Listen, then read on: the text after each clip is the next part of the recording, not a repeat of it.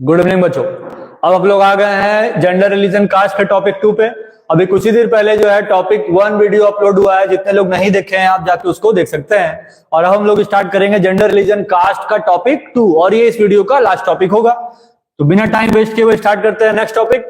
Next topic पे क्या लिखा हुआ है कि steps taken to combat communalism. हम लोग क्या क्या ऐसा कर सकते हैं ताकि हम लोग कम्युनलिज्म से लड़ सके। तो सारे कंडीशंस तो आपको हम बता ही चुके हैं पिछले वीडियो में। तो क्या क्या करेंगे? इंडिया एक सेकुलर स्टेट है, यहाँ का कोई ऑफिशियल रिलीजन नहीं है, ना ही स्टेट का रिलीजन है। ये सबसे अच्छा बात है कि रिलीजन के बेसिस पे डिस्क्रिमिनेशन तो हो नहीं सकता है। Everyone is free to practise profession property of any religion. अभी आपको हम बताए थे टॉपिक 1 में कि कोई भी कैंडिडेट या कोई भी पर्सन जो इंडिया का है वो किसी भी रिलीजन को अपना सकता है, ठीक है, और दूसरे रिलीजन में भी कन्वर्ट हो सकता है। तो इस कंडीशन में भी क्या होगा, कम्युनलिज्म से हम लोग कॉम्बैट कर सकते हैं। और the constitution prohibit discrimination on grounds of the religion. और कॉन्स्टिट्यूशन तो पहले ही बोला है कि हम लोग रिलीजन के बेसिस पे कभी भी पार्शियलिटी नहीं कर सकते, लेकिन तब भी सोसाइटी में अगर वो डिस्क्रिमिनेशन हो रहा है तो वो गलत है। तो गवर्नमेंट अगर इस पे और ज्यादा स्ट्रिक्ट रूल्स बनाएगा तब जाके कम्युनलिज्म बिल्कुल पूरी तरीके से खत्म हो जाएगा और हम लोग कम्युनलिज्म से लड़ाई जीत सकते हैं। नेक्स्ट टॉपिक क्या लिखा हुआ है, कास्ट इनइक्वालिटीज। अभी रिलीजन तो खत्म नहीं हुआ था, कास्ट इनइक्वालिटीज भी चल रहा है। Members of the same caste group formed the social community that practiced the same or similar occupation, married within the caste group and did not eat with members from other caste group. Casteism तो चल ही रहा है। Casteism का मतलब क्या है कि जो लोग सेम कास्ट के ग्रुप के लोग हैं वो लोग सेम टाइप का ऑक्यूपेशन कर रहे हैं, बिजनेस कर रहे हैं, वर्क कर रहे हैं, अपने ही कास्ट में शादी भी कर रहे हैं, लेकिन दूसरे कास्ट के ग्रुप के साथ उन सबको उठना बैठना खाना पीना बिल्कुल ना के बराबर है। जिससे क्या होगा, सामने वाले कास्ट को हम लोग डिस्क्रिमिनेट करेंगे और वो लोग हम लोग को डिस्क्रिमिनेट करेंगे। इन कंडीशंस में क्या होगा, कास्ट इनइक्वालिटीज कभी खत्म नहीं होगा, ठीक है। सेकंड पॉइंट में क्या लिखा है कि why does caste system still persist. मतलब जो कास्ट सिस्टम है अभी तक क्यों है। लिखा है कि most people prefer to marry within their own caste और ट्राइब। मतलब ज्यादातर लोग अपने ही कास्ट और अपने ही प्रजाति में, जो ट्राइब मतलब जाति हो गया, उसमें शादी करते हैं, जिसकी वजह से सामने वाला जो कम्युनिटी है वो कभी बढ़ नहीं पाता। मतलब अगर हाई कम्युनिटी है, ठीक है, हाई कम्युनिटी अगर है तो कोई दिक्कत नहीं है, लेकिन अगर लो कम्युनिटी है तो हमेशा लो ही रह जाता है, वो कभी आगे नहीं बढ़ पाता। अनटचेबिलिटी अभी तक खत्म पूरी तरीके से नहीं हुआ है, ठीक है। डिस्क्रिमिनेशन और अनटचेबिलिटी अभी तक पूरी तरीके से खत्म नहीं हुआ है, जिसकी वजह से कास्ट सिस्टम अभी भी है। और ज्यादातर ये अर्बन एरियाज में है, रूरल एरियाज में तो है नहीं उतना, लेकिन अर्बन एरियाज में ये डिस्क्रिमिनेशन अभी भी चलता है। फिर लिखा है the caste group that had access to education have continued to do well. लेकिन जिन कास्ट ग्रुप के पास क्या है, एजुकेशन का एक्सेस है, मतलब वो लोग एजुकेटेड हैं, तो वो लोग क्या करते हैं, ज्यादा से ज्यादा एजुकेटेड लोगों के साथ रहते हैं, जहां पर कास्ट जो है, कास्टिज्म खत्म हो जाता है। लेकिन अर्बन एरियाज के कंपैरिजन में अगर हम लोग रूरल एरियाज में जाएंगे तो रूरल एरियाज में ये चीज नहीं होता है। जब रूरल एरियाज में चीज नहीं होगा तो डिस्क्रिमिनेशन भी खत्म नहीं होगा, क्योंकि वहां पर वेल एजुकेटेड पर्सन नहीं है। जो वेल एजुकेटेड पर्सन नहीं रहेंगे तो वो समाज में अनइक्वालिटी फैलाएंगे, ठीक है। और जब एजुकेटेड रहेंगे तो उस कंडीशन में वो क्या होगा, इक्वालिटी रखेंगे, जिसके वजह से सामने वाला पर्सन अपने आप को कभी भी ऊंचा या नीचा नहीं समझेगा। फिर लिखा हुआ है कि when party choose candidates in elections they keep in mind the caste the composition of the constituency। मतलब जब पार्टीज बनाए जाते हैं, ठीक है, क्या बनाए जाते हैं, पार्टीज जब बनाए जाते हैं तो उस कंडीशन में भी यहां पर माइंड में ये रखा जाता है कि कास्ट कॉम्पोजिशन पे बहुत ज्यादा ध्यान देना है, ठीक है, क्योंकि जिस एरिया में जिस कास्ट के लोग ज्यादा है तो पार्टीज क्या करेगा, उन्हीं कास्ट में से किसी एक पर्सन को टिकट देगा ताकि वो ज्यादा से ज्यादा लोगों को अपनी ओर क्या कर सके, अपने बातों में ला सके, ठीक है, ताकि वो लोग वोट उनको दें।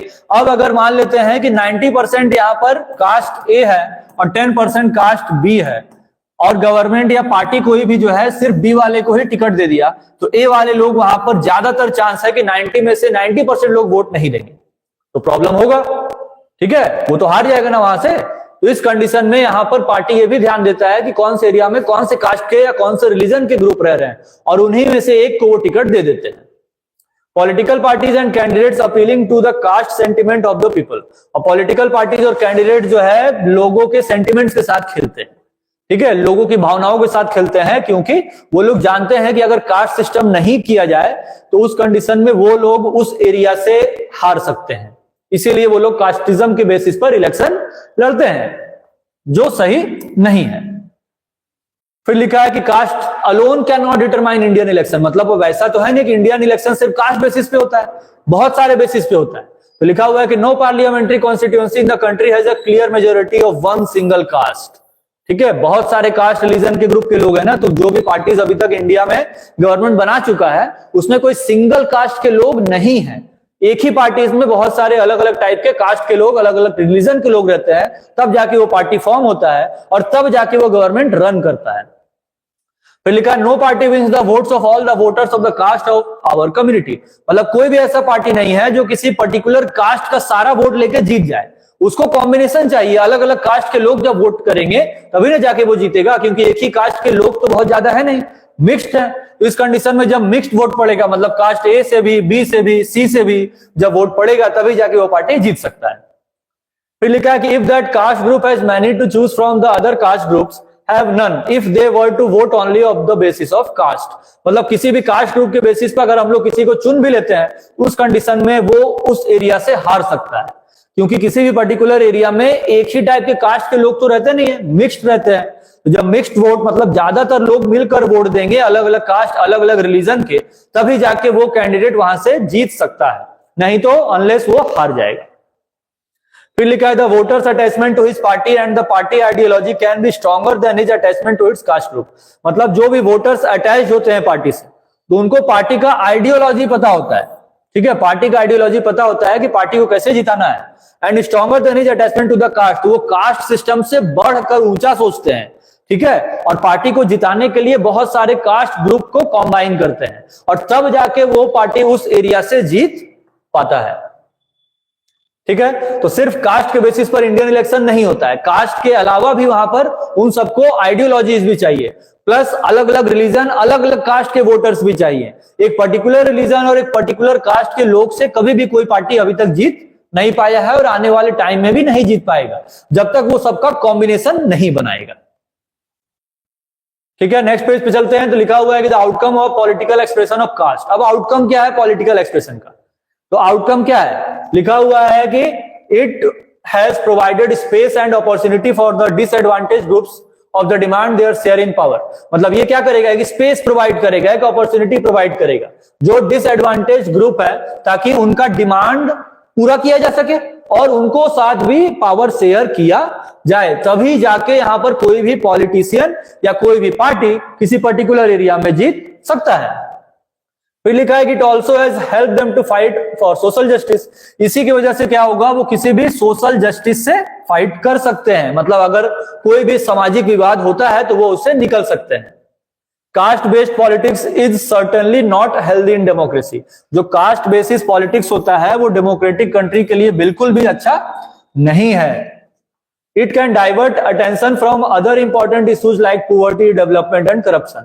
अब अगर कास्ट बेसिस पॉलिटिक्स किया जाएगा तो उस कंडीशन पे पोवर्टी, डेवलपमेंट और करप्शन जैसी चीजें बढ़ेंगी, घटेगी नहीं।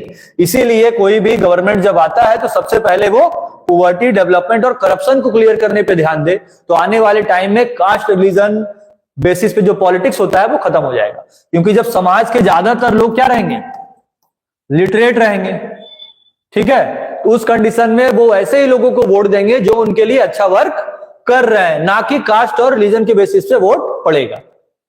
It can also lead to tensions, conflicts and violence, और इसी की वजह से कास्ट बेसिस अगर पॉलिटिक्स किया जाएगा तो उस कंडीशन में आने वाले टाइम में या प्रेजेंट कंडीशन में भी टेंशन होगा, कॉन्फ्लिक्ट्स होगा, वायलेंस भी हो सकता है। ठीक है, फिर लिखा है कि reasons which have contributed to changes in caste system. अब क्या क्या रीजंस है जिसकी वजह से कास्ट सिस्टम में चेंजिंग आया? ठीक है, पहले तो चेंजिंग नहीं था, पहले डिस्क्रिमिनेशन बहुत ज्यादा था, तो बहुत सारे ऐसे पर्संस आए जो अलग अलग रूल्स, रेगुलेशंस, अपने आइडियाज लोगों के साथ शेयर किए और वो आइडियाज लोगों को बहुत पसंद आए और बाद में जाके वो कॉन्स्टिट्यूशन के एक आर्टिकल में पॉइंट्स बन गए। और उसी के बाद इंडिया में जो डिस्क्रिमिनेशन है, पार्शियलिटी है, कलर बेसिस पे हो, कास्ट बेसिस पे हो, रिलीजन बेसिस पे हो, ये कम हो गया, खत्म नहीं हो गया, कम हो गया। लिखा हुआ है कि efforts of political leaders and social reformers like Gandhi ji, B.R. Ambedkar, who advocated and work to establish a society in which caste inequalities are absent. मतलब बहुत सारे पॉलिटिकल लीडर जैसे गांधी जी और B.R. अम्बेडकर क्या किया, बहुत ज्यादा एफर्ट्स लगाए, ठीक है, ताकि एक ऐसा सोसाइटी बनाई जा सके जहां पर कास्ट इनइक्वालिटी ना हो, ठीक है, सब लोग इक्वल रहें।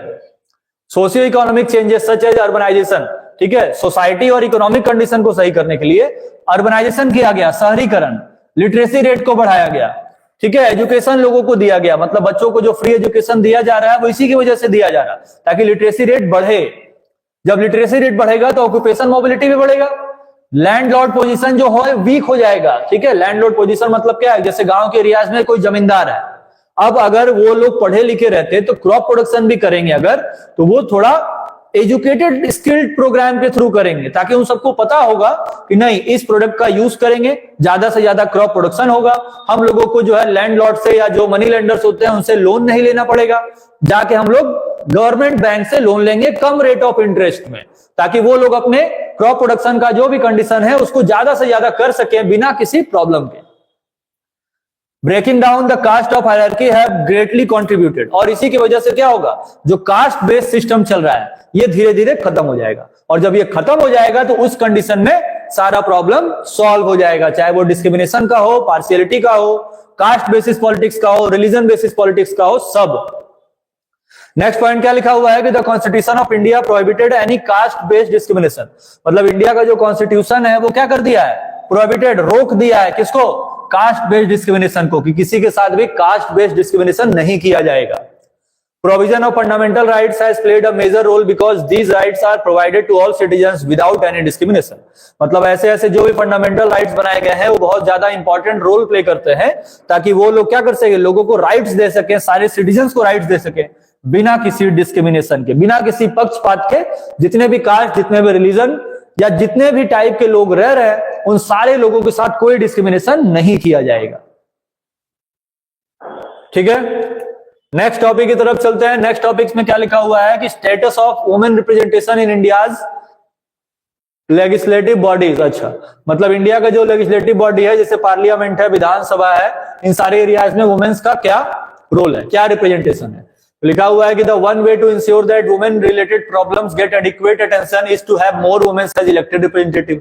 अभी आपको बताए थे हम कि अगर वुमेन्स के प्रॉब्लम को सॉल्व करना है तो सबसे अच्छा तरीका है कि उन सबको लेजिस्लेचर में, मतलब पार्लियामेंट में और विधानसभा में कुछ ज्यादा सीट्स प्रोवाइड कराए जाए एज कंपेयर टू प्रेजेंट, ठीक है। To achieve this it's legally binding to have a fair proportion of women in elected bodies. ये नहीं बोला जा रहा है कि बिल्कुल इक्वल कर दीजिए, लेकिन एक फेयर प्रोपोर्शन वुमेन कैंडिडेट को दीजिए ताकि जो वुमेन कैंडिडेट है वो अपने आप को इक्वल फील कर सके पूरे सोसाइटी में। फिर लिखा है कि Panchayati Raj in India has reserved 1/3 seat in local government bodies for women. जो पंचायती राज सिस्टम है, जो पंचायत होता है, सरपंच होता है, उसमें से 1/3 सीट वुमेन्स के लिए रिजर्व्ड है। तो गांव के एरिया में तो ये मान सकते हैं कि कुछ इक्वालिटी है, लेकिन एक्चुअल ग्राउंड लेवल पे वो इक्वालिटी मिलता है कि नहीं मिलता है, ये सब जानते हैं। लिखा है कि in India the proportion of women in legislature has been very low. मतलब इंडिया में जो वुमेन है, लेजिस्लेचर मतलब पार्लियामेंट और विधानसभा में, उन सबका क्वांटिटी बहुत कम है। The percentage of elected women members in Lok Sabha is not even 10% and in state assembly less than 5%। मतलब लोकसभा में उन सबका परसेंटेज 10-12 भी नहीं है और स्टेट असेंबली मतलब विधानसभा में 5% भी नहीं है।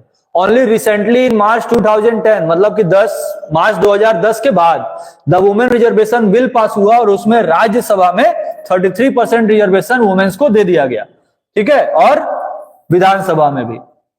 तो राज्यसभा और विधानसभा में इन सबको 33% मतलब 1/3 सीट रिजर्व कर दिया गया। तो 1/3 सीट कहां कहां रिजर्व किया गया, विधानसभा, राज्यसभा और लोकल गवर्नमेंट, ताकि उन सबको अनइक्वल फील ना हो और वो अपने आप को सोसाइटी में मेल पर्सन की तरह इक्वल ट्रीट कर सके और खुद को किसी से कम ना समझें, ताकि किसी भी फील्ड में अगर वो जाके वर्क कर रही हैं तो उनको इक्वल वेजेस मिल सके, इक्वल राइट्स मिल सके और सेफ्टी भी मिल सके। नेक्स्ट पेज की तरफ चलते हैं। तो सेकुलर स्टेट, ये भी आपको एक्सप्लेन कर दिया है। लिखा हुआ है कि इंडिया एक डेमोक्रेटिक और सेकुलर कंट्री है। यहां पर कुछ ऐसे इंपॉर्टेंट फीचर्स है जो इंडिया को सेकुलर स्टेट या कंट्री बनाते हैं। पहला लिखा है कि इंडियन स्टेट का कोई ऑफिशियल रिलीजन नहीं है, ठीक है, सही बात है। Individuals and groups have the freedom to proclaim, practice and propagate any religion or not to follow at all under the constitution। अच्छा, मतलब कि जो भी ग्रुप्स है इंडिया में, चाहे वो किसी भी रिलीजन को फॉलो कर रहे हैं, तो वो किसी भी रिलीजन को अपना सकते हैं, प्रैक्टिस कर सकते हैं, प्रोपगेट मतलब बदल भी सकते हैं, और चाहे तो किसी रिलीजन को फॉलो नहीं भी कर सकते हैं। इसीलिए इंडिया का जो गवर्नमेंट है वो सेकुलर गवर्नमेंट के अंडर में आएगा। Discrimination based on religion is prohibited by the constitution. ये तो अभी बताया गया था कि डिस्क्रिमिनेशन कास्ट बेस्ड रिलीजन या मतलब कास्ट बेस्ड और रिलीजन बेस्ड पे कोई भी डिस्क्रिमिनेशन किसी भी पर्सन के साथ नहीं किया जाएगा। The constitution empowers the government to intervene in religious matters to ensure religious equality, untouchability for example is prohibited. मतलब जो कॉन्स्टिट्यूशन है वो हम लोग को पावर दिया है गवर्नमेंट के थ्रू कि रिलीजियस मैटर पे जो भी रिलीजियस इक्वालिटी है वो सबको दिया जाएगा, अनटचेबिलिटी किसी के साथ नहीं किया जाएगा, अनइक्वालिटी भी किसी के साथ नहीं किया जाएगा। लेकिन ये कॉन्स्टिट्यूशन बोल रहा है, ठीक है। लेकिन ग्राउंड लेवल पे जो हम लोग जाते हैं तो उस कंडीशन में ये हम लोग को दिखता है। तो इसके लिए सबसे ज्यादा जरूरी क्या है कि लोगों का मतलब सोसाइटी में जो भी लोग रह रहे हैं उन सबका थिंकिंग जो है, ठीक है, जो मेंटल स्टेट है वो सब के लिए सेम होना चाहिए। अगर वो दिमाग से ही सोच लेंगे और मान लेंगे कि सब इक्वल है, ठीक है, सब इक्वल है, चाहे वो मेल पर्सन हो चाहे फीमेल पर्सन हो, तो उस कंडीशन में यहां ना कम्युनलिज्म होगा, ना डिस्क्रिमिनेशन होगा, ना ही कोई पार्शियलिटी होगा। लेकिन सोसाइटी में ये चीज नहीं है, ठीक है। तो कॉन्स्टिट्यूशन के में लॉ पास होने के बाद भी सोसाइटी जब तक चेंज नहीं होगा तब तक ये इक्वल राइट्स जो है लोगों में दिखेंगे नहीं, लोग उसको फील नहीं कर सकेंगे। और सबसे ज्यादा ये प्रॉब्लम किसमें देखा जाएगा? फीमेल्स में, ठीक है, ठीक है। अब चैप्टर यहीं पर खत्म हो गया, ठीक है। तो इस वीडियो में इंपॉर्टेंट टॉपिक्स जो जो बताए गए हैं सब एक्सप्लेन किए हैं। तो आप लोग सबसे ज्यादा जो है वीडियो को पहले समझिए, ठीक है, ज्यादा से ज्यादा टॉपिक को क्लियर कीजिए, तभी जाके आप क्वेश्चंस बना पाएंगे। और कल आएगा इस चैप्टर का एमसीक्यू। आज हम बता रहे हैं और क्या बोर्ड एग्जाम में कैसे कैसे क्वेश्चंस आए हैं। फर्स्ट क्वेश्चन लिखा हुआ है, describe any 5 features of the caste system in India. तो फीचर्स अभी पीछे एक्सप्लेन किए थे, वही लिख देंगे हम लोग, ठीक है। क्या लिखा हुआ है? There are 5 features of caste system in India. India में ऐसे 5 फीचर्स हैं। It was a hierarchical occupation division of the society. यहां पर हायरार्किकल डिवीजन है। कास्ट सिस्टम बहुत हायरार्किकल और सेगमेंटेड भी है। मोस्ट इंपॉर्टेंट एस्पेक्ट है कास्ट सिस्टम का अनटचेबिलिटी। कास्ट सिस्टम में जो भी मेंबर्स होते हैं सेम कास्ट ग्रुप के, वो अपना कम्युनिटी बनाते हैं, सिमिलर ऑक्यूपेशन करते हैं, अपने ही कास्ट में लोगों के साथ शादी करते हैं और दूसरे कास्ट के साथ वो मिंगल नहीं होते हैं। और कोई हो भी जाता है तो उसको सोसाइटी में बहुत ही गलत समझा जाता है, ठीक है। In the caste system the people belonging to higher caste started treating others as belonging to lower caste. मतलब कास्ट सिस्टम में जो पीपल हायर कास्ट के हैं वो क्या सोचते हैं कि जो लोअर कास्ट वाले हैं उनको हमेशा दबा के रखा जाए। प्लस जब ऐसा वो करेंगे तो वो लोग अपने आप को क्या समझेंगे? हाई लेवल के, और बाकी लोगों को समझेंगे लो लेवल के। तो उस कंडीशन में जो लो लेवल के पर्सन है या लो कास्ट के पर्सन है वो अपने आप को अनटचेबल फील करेंगे। ये 5 पॉइंट हम लोग लिख सकते हैं। सेकंड क्वेश्चन में क्या लिखा हुआ है कि beside caste which other factors do matter in electoral politics. Caste के अलावा कौन कौन से फैक्टर इलेक्टोरल पॉलिटिक्स में मैटर करते हैं? तो लिखा हुआ है कि कास्ट के अलावा पहला, the voters have a strong attachment to political parties. Voter जो है किसी पॉलिटिकल पार्टी के साथ स्ट्रांगली अटैच्ड होते हैं, ठीक है, stronger their attachment to their caste और कम्युनिटी। और वो इतना ज्यादा अटैच होते हैं कि कास्ट और कम्युनिटी के भी ऊपर होते हैं। People with in the same community, जो पीपल सेम कम्युनिटी में रहेंगे उनका डिफरेंट इंटरेस्ट ग्रुप अगर है तो उस कंडीशन में वो वहां पर पार्शियलिटी क्रिएट करेंगे, जैसे रिच और पुअर का, मेन और वुमेन का, ठीक है, सेम और डिफरेंट कास्ट का। People assessment of the performance of the government, the performance of the candidate for the development of his constituency are often decisive factors in elections. मतलब जो people, ठीक है, गवर्नमेंट में परफॉर्म कर रहे हैं ताकि वो क्या कर सके, कैंडिडेट का मतलब उस एरिया का डेवलपमेंट करा सके। लेकिन तभी डेवलपमेंट वो कराएंगे जब वो पर्टिकुलर कास्ट ग्रुप से फॉलो कर रहा है। अगर कोई पर्सन ये सोच ले कि यहाँ के जितने भी लोग हैं सब उसी एरिया के हैं और अगर वो सारे रिलीजन सारे कास्ट के लोगों के लिए वर्क करना शुरू कर दे, उस कंडीशन में यहां पर जो प्रॉब्लम है कम्युनलिज्म का खत्म हो जाएगा, ठीक है। तो वो इसमें हम लोग को एक्सप्लेन करना है। नेक्स्ट पॉइंट में क्या लिखा हुआ है कि how can caste take several forms in politics. अब कास्ट जो है कैसे अलग अलग फॉर्म्स लेता है पॉलिटिक्स में। तो क्या लिखा हुआ है कि फर्स्ट में लिखा है कि when party choose candidates in election, जब भी कोई पार्टी जो है किसी कैंडिडेट को इलेक्शन के लिए चुनता है तो क्या बताए थे अभी हम कि वो देख लेता है कि उस एरिया में कौन से कास्ट के लोग सबसे ज्यादा है और उन्हीं कास्ट से रिलेटेड जो फेमस पर्सन होते हैं उन्हीं को वो टिकट दे देते हैं, क्योंकि वो जानते हैं कि उस एरिया में उस पर्सन का उन सारे कास्ट पर कंट्रोल होगा, तो वो उस पार्टी को मतलब वो पार्टी को जिता सकता है। ड्यूरिंग द कैंपेनिंग के टाइम में जितने भी पॉलिटिकल पार्टीज होते हैं वो अपील करते हैं people to give their votes on the basis of caste. वो क्या अपील करते हैं कि कास्ट बेसिस से वोट दो, कि हम तुम्हारे कास्ट से बिलोंग कर रहे हैं, अगर तुम हमको वोट दोगे और हम जीत जाएंगे तो हम इस कास्ट के लिए सबसे अच्छा वर्क करेंगे। लेकिन अगर कॉन्स्टिट्यूशनली देखें तो ये गलत है, ठीक है। When governments are formed, जब गवर्नमेंट फॉर्म होता है तो पॉलिटिकल पार्टी ये ध्यान देते हैं कि जो रिप्रेजेंटेटिव है अलग अलग कास्ट के और ट्राइब्स के, उनको एक मिनिस्ट्री में प्लेस दिया जाए, ठीक है। मिनिस्ट्री में अगर प्लेस नहीं देंगे तो वो पर्सन क्या होगा, अगर उस एरिया से जीतने के बाद भी उसको मिनिस्ट्री में प्लेस नहीं मिलेगा तो उस कंडीशन में उस पार्टी को छोड़ सकता है, जिसकी वजह से वो पार्टी हार भी सकता है, जीता हुआ इलेक्शन भी हार सकता है, इसीलिए वो उनको एक मिनिस्ट्री दे देते हैं, ठीक है। अब जो कास्ट से वो बिलोंग कर रहा है वो उस कास्ट के लिए तो वर्क करेगा, लेकिन बाकी सारे कास्ट वहां पर सफर करेंगे, ठीक है। नेक्स्ट क्वेश्चन में क्या लिखा है कि suggest any two measures to integrate the peoples belonging to different ethnic group in a society. दो ऐसे मेजर्स लिखने हैं जिससे हम लोग क्या कर सकते हैं, जो सेम पर्टिकुलर एरिया में एथनिक ग्रुप अलग अलग ग्रुप के लोग जो रह रहे हैं वो इंटीग्रेट हो सके। तो लिखा हुआ है कि everyone including political leader, social reformers, general people should discourage casteism. मतलब जितने भी लोग हैं, चाहे पॉलिटिकल लीडर हो, मिनिस्टर हो, सोशल रिफॉर्मर हो मतलब समाज सुधारक हो, या कोई नॉर्मल पीपल हम और आप हो, वो कास्टिज्म को डिस्करेज करेगा, उसको अमान्य करेगा, उसको नहीं मानेगा। इस कंडीशन में क्या होगा कि वो कंट्री का जो वो एरिया है वो अलग अलग एथनिक ग्रुप होने के बाद भी इंटीग्रेट हो जाएगा, डेवलप कर जाएगा। Political and regional parties based on caste should be remove. मतलब जो पार्टीज कास्ट के बेसिस से वोट मांगता है उसके टिकट को ही कैंसिल कर देना चाहिए। The name and aim of educational institutions referring to caste should be given up, ठीक है। मतलब जो भी नाम और एम होता है एजुकेशनल इंस्टीट्यूशन का, उनको कास्ट बेसिस पे वर्क नहीं करना चाहिए, ठीक है। उनको पर्टिकुलर कास्ट बेसिस पे नहीं, ग्रुप बेसिस पे वर्क करेंगे कि जितने भी कास्ट के लोग हैं, ये सारा एजुकेशन सिस्टम, ये सारा डेवलपमेंट सब के लिए है, ना कि किसी एक कास्ट ग्रुप के लिए है। अगर ऐसा करेंगे तो वो एरिया बहुत जल्दी इंटीग्रेट, डेवलप सब कुछ हो जाएगा, ठीक है। एक और क्वेश्चन है इसमें, एक और क्वेश्चन है, लिखा हुआ है कि व्हाट इज कम्युनल पॉलिटिक्स। ये अभी आपको एक्सप्लेन किया है।